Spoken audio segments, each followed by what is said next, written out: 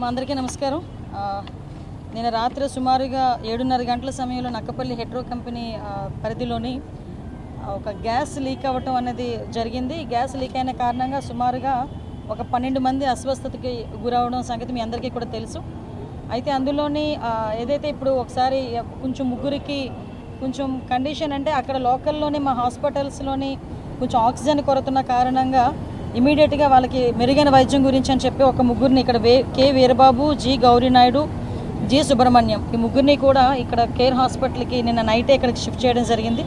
ఇప్పుడే ఒకసారి లోపలికి వెళ్ళి వాళ్ళ ముగ్గురిని కూడా పరామర్శించి అక్కడున్న పల్మనాలజిస్ట్ అదేవిధంగా అక్కడున్న డాక్టర్స్ అందరితో కూడా మాట్లాడడం జరిగింది. యాజ్ ఆఫ్ నౌ వాళ్ళ కండిషన్ అయితే స్టేబుల్గా ఉంది. అయినప్పటికీ కూడా కెమికల్ని వాళ్ళు అది బ్రీత్ అయింది కాబట్టి వాళ్ళు శ్వాసకోశ సంబంధమైన వ్యాధులు రాకుండా ఒక 48 అవర్స్ వాళ్ళని అబ్జర్వేషన్లో ఉంచి ఫర్దర్గా ఎటువంటి ఇబ్బంది లేకుండా వాళ్ళని చూసుకోవాల్సిన బాధ్యత కూడా తీసుకోమని చెప్పాము.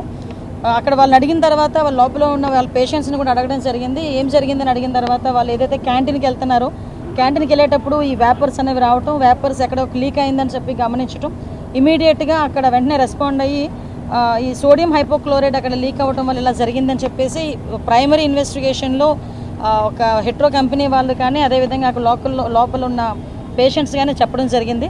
దీని మీద ఇంకొంచెం కూలంకషంగా కూడా దర్యాప్తు చేయడానికి కూడా మేము రెడీగా ఉన్నాము.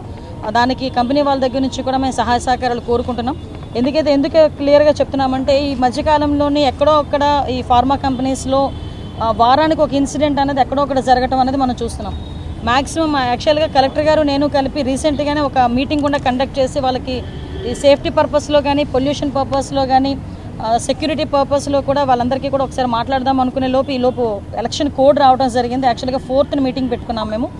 ఎలక్షన్ కోడ్ వల్ల మేము అది వాయిదా వేసుకున్నాము. మంత్ ఎండ్కి కూడా అది మళ్ళీ మీటింగ్ పెట్టుకుంటాం కంపల్సరీగా రాబోయే. అంటే ఇప్పుడు ఫార్మా కంపెనీస్ అనేసరికి ఇటువంటి చిన్న ఇన్సిడెంట్లు జరగడం వల్ల ఫర్దర్గా వచ్చే ఫార్మా కంపెనీస్ విషయంలోనే కూడా ప్రజలకు ఒక భయాందోళనలు కలిగే పరిస్థితి కూడా ఉన్నాయి. అటువంటివి ఏమీ లేకుండా సేఫ్టీ మెజర్స్ అన్నీ కూడా తీసుకొని ఈరోజు ఫార్మా కంపెనీస్ నడిపే పరిస్థితి కూడా ఈరోజు ఈ గవర్నమెంట్ తీసుకుంటుంది. అదేవిధంగా ఇప్పుడున్న ఫార్మా కంపెనీస్లో కూడా ఎక్కడ కూడా ఇటువంటి ఇన్సిడెంట్లు మళ్ళీ జరగకుండా చూసుకునే దానికి కూడా ఒక హై లెవెల్ కమిటీని కూడా ఏర్పాటు చేయడానికి కలెక్టర్ గారు కూడా సిద్ధపడ్డారు. ఆ హై లెవెల్ కమిటీ కూడా ఏర్పాటు చేసి ఎక్కడ కూడా ఎటువంటి ఇబ్బంది లేకుండా చూసుకునే బాధ్యత తీసుకుంటాం. ముఖ్యంగా యాక్సిడెంట్ అన్న తర్వాత క్యాజువాలిటీస్ లేకుండా చూసుకోవాల్సిన బాధ్యత కూడా కంపెనీస్కి ఉంది. నేను చెప్పేది ఏంటంటే కంపెనీస్ పరంగా కూడా ఎవరైనా ఇప్పుడు జరిగేది ఎవరు ఇంటెన్షనల్గా చేయడానికి ఎవరు ముందుకు రారు, కానీ జరిగిన తర్వాత దాన్ని ఫేస్ చేసి అసలు ఏం జరిగింది అని అక్కడ నుంచి మాట్లాడడం కానీ ఉన్న బాధితుల్ని ఇమీడియట్గా అక్కడ నుంచి షిఫ్ట్ చేసి హాస్పిటల్స్కి పంపించడం, క్యాజువాలిటీస్ ఏమీ లేకుండా చూసుకోవాల్సిన బాధ్యత కూడా కంపెనీస్ మీద ఉంది. కాబట్టి కంపెనీ యాజమాన్యాలు కూడా ఈ రకంగా ఈ విషయంలో కొంచెం వాళ్ళు ఫర్దర్గా ముందుకు ఉండమని మాత్రం నేను కోరుకుంటున్నాను. మేడం, గ్యాస్ లీకేజ్ ఘటన జరిగినటువంటి మీరు అన్నట్టు 7-20 నిమిషాలకి ఏదైతే ఉందో కొంతసేపు వరకు కూడా ఈ విషయాన్ని బయటకు ఒక్కగంట ఉంచేందుకు కంపెనీ కొన్ని ప్రయత్నాలు చేసింది. దానివల్ల కార్మికులు ఇబ్బంది పడ్డారనేది ఒక మాట బయటకు కనపడడం.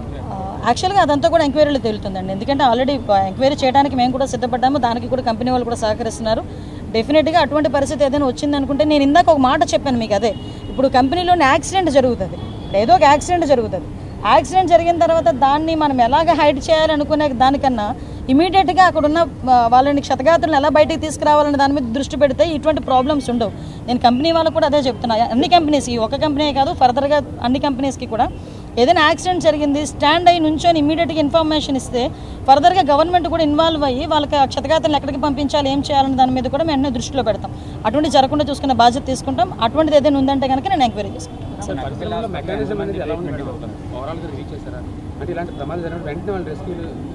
యాక్చువల్గా వీళ్ళ దగ్గర ఫైర్ దగ్గర నుంచి ఎవ్రీథింగ్ రెస్క్యూ ఆపరేషన్స్ ఉండాలండి. ఈవెన్ దో ఇటువంటి కెమికల్ ఫ్యాక్టరీస్లో కెమికల్ ఎక్కడైనా మనకి లీక్ అయిన తర్వాత కెమికల్ లీక్ దాన్ని న్యూట్రలైజ్ చేయడానికి కూడా వాళ్ళ దగ్గర ఎక్విప్మెంట్ అంతా ఉండాలి.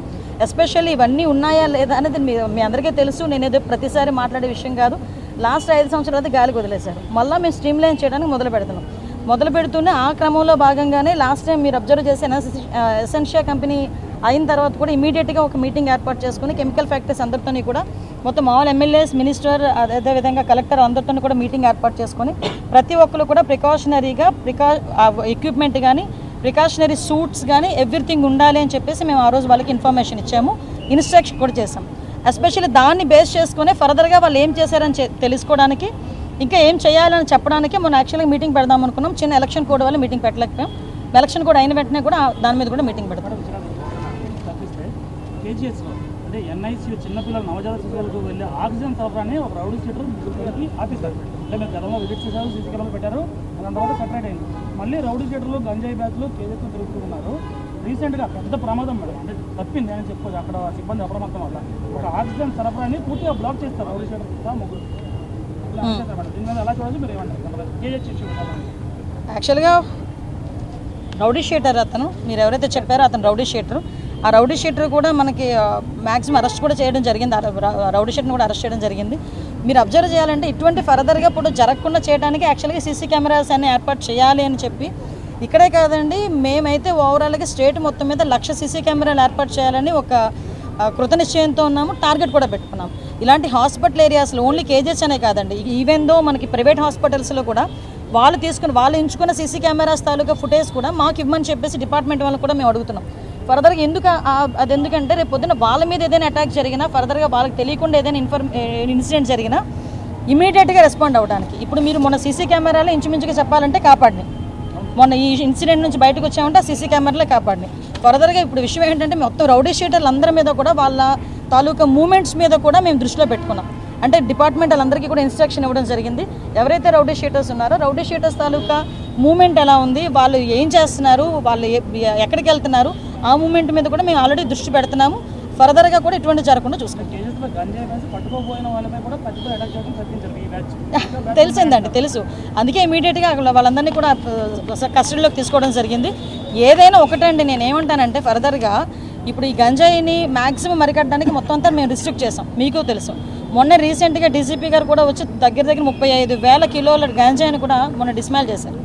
ఇదే కాదండి, ఇంకా ఎక్కడ కూడా డ్రోన్స్ని ఏర్పాటు చేసుకొని ఈ డ్రోన్స్ ద్వారా కూడా కల్టివేషనే లేకుండా చేస్తున్నాం. అంటే మూలాల నుంచి మేము పైకి తీసుకొచ్చే ప్రయత్నం చేస్తున్నాం.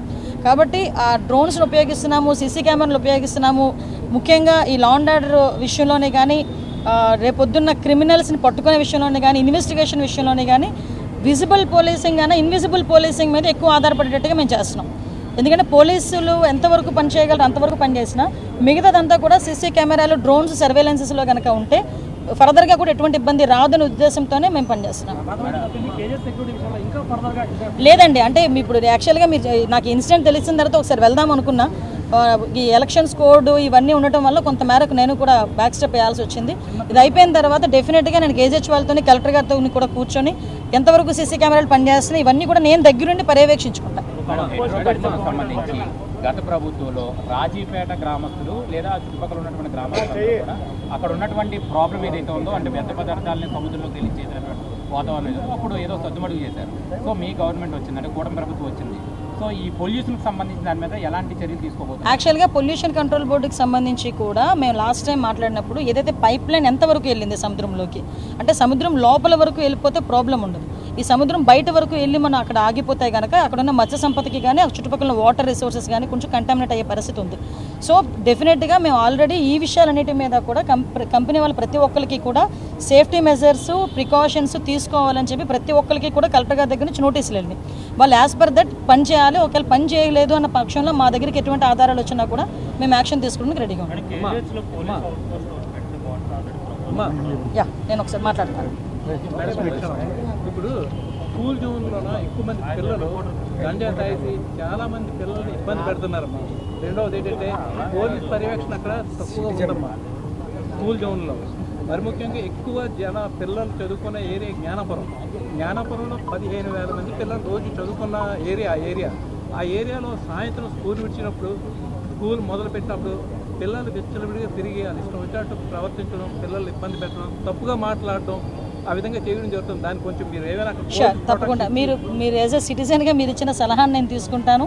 మీ సూచనని నేను క్లియర్గా పాటిస్తాను. సిపి గారు కూడా ఇన్స్ట్రక్షన్ ఇస్తాం.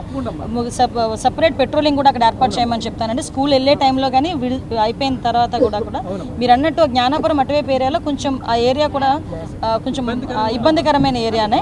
డెఫినెట్గా అక్కడ ఆడపిల్లలకి కానీ అక్కడ ఉన్న పిల్లలకి కానీ ఎటువంటి ఇబ్బంది లేకుండా చూసుకుంటాం. ముఖ్యంగా స్కూల్లోని గంజా ఆ విషయం ఒక్కొక్కసారి చెప్పాలంటేనే కూడా చాలా బాధ అనిపించే పరిస్థితి. మేము చాలా సందర్భాల్లో చెప్పాం స్కూల్స్ వరకు వెళ్ళిపోయింది గాంజా అన్నదని. ఆ గాంజాని ఎలాగ రిస్ట్రిక్ట్ చేయాలి, గాంజాని ఎలా అరికట్టాలనే దాని మీద మేము స్పెషల్గా టాస్క్ ఫోర్స్ అనేది కూడా ఏర్పాటు చేశామండి. మీకు కూడా తెలుసు, ఈగల్ అని ఒక టాస్క్ ఫోర్స్ని కూడా ఏర్పాటు చేసుకున్నాము. సపరేట్గా దానికంటూ సపరేట్గా ఒక ఫైనాన్షియల్ వాటికి కూడా సపరేట్గా పెట్టుకొని వాటి ద్వారా మూలాలతో పాటు పీడీ యాక్ట్ కూడా పెట్టామండి. ఈరోజు గాంజా ఎవరైనా తీసుకున్నట్టుగా కానీ సరఫరా చేసినట్టుగా కానీ మా దృష్టికి వస్తే వాళ్ళని ఈజీగా వదిలిపెట్టే పరిస్థితి కాదు, ఏదో కేసు కట్టేసి జైలుకి పంపించి బెయిల్ మీద వచ్చే పరిస్థితి కాదు. వన్స్ గాంజా కేసులో కనుక పట్టుబడితే పీడీ యాక్ట్ పెడుతున్నాం. అది ఎవరైనా ఓకే. మీకు ఇంకో విషయం, నేషనల్ క్రైమ్ రిపోర్ట్స్, నేషనల్ ఈ నార్కోటిక్ సెల్ ప్రకారం కూడా మనం చూసుకుంటే ఫర్దర్గా పాస్పోర్ట్లు కూడా సీజ్ అయిపోయే పరిస్థితి ఉందండి. వాళ్ళకి తెలియట్లేదు. ఇప్పుడు చాలామంది గాంజా సరఫరా ఏదో డబ్బుల గురించి చేస్తున్నారు, కానీ గాంజా సరఫరా చేస్తే వాళ్ళ తాలూకా పాస్పోర్ట్లు కూడా సీజ్ అయిపోతాయి దొరికితే అన్న సంగతి కూడా చాలామంది తెలియక విద్యార్థులు వాళ్ళ భవిష్యత్తు పాడు చేసుకుంటున్నారు. కాబట్టి వీటన్నిటి మీద కూడా పబ్లిక్గా మీరు కూడా సిటిజన్స్గా మేము అందరం కలిపి ఒక అవేర్నెస్ క్యాంప్స్ కూడా క్రియేట్ చేద్దాము. డెఫినెట్గా కూడా మంచి రిజల్ట్ వస్తుంది. Thank you.